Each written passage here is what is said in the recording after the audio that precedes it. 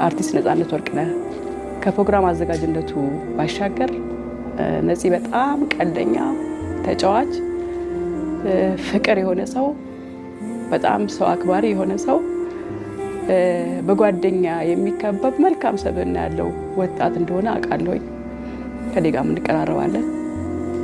ከተወሰነ ጊዜ በኋላ ግን ስራ ላይ ያለ የምናየው ፊቱ ላይ የምናየው ነገር ሰውነቱ ላይ የምናየው ለውጥ ሁላችንም ስጋት ውስጥ ከቶን ነበር። ይሄ ልጅ ለውጥ አላገኘም ወይ ብዙ የተለወጠ ነገር የለም ወይ በጤናው ላይ ያን በጣም እንጨነቅ ነበርና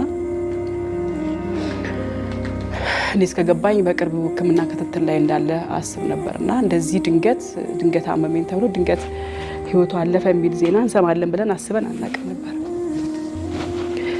እና በጣም ነው የምናዝነው። ወንድማችን፣ ጓደኛችን፣ የስራ ባልደረባችን የአርቱ ድምቀት የቲቪ ሆስት ድምቀት በጣም በሚገርም ሁኔታ የቤተሰብ ጨዋታ ላይ የሚሰራው ስራ ታውቃላችሁ።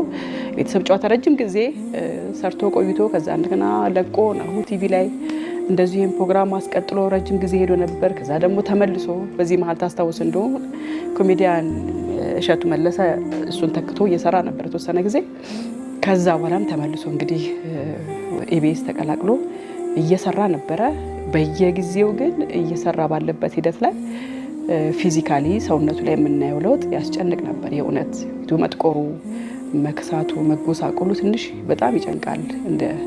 እንደ ሰው ደግሞ ነጻነት ደግሞ ያው እንደምታውቁት የማይተካ ተዋናይ ነው፣ የማይተካ ደራሲ ነው፣ የማይተካ ፕሮዲሰር ነው፣ የማይተካ የቲቪ ሆስት ነው። ይሄንን በጣም ድንቅ ሰው በማጣታችን እጅግ በጣም የአርቱ ማህበረሰብ እጅግ ልባችን ተሰብሯል። በጣም ነው የምናዝነው። እኔ በመሃል ነው ድንገት ስልኬ ስከፍት ነው ፌስቡክ ላይ ያየሁትና እነ ጉርሻ ፔጅ እነ ተመስገን እነሱ መዘገባቸውን ሳይ ነው እኔ እንደውም እዚህ ጋር የሀዘኔን ድንጋጤን መግለጽ ፈልጌ ነው የመጣሁትና በጣም ነው የምናዝነው ስለተፈጠረው ነገር። አርቲስት ነጻነት ወርቅነህ እንግዲህ እንደምታስታውሱት በጣም ገኖ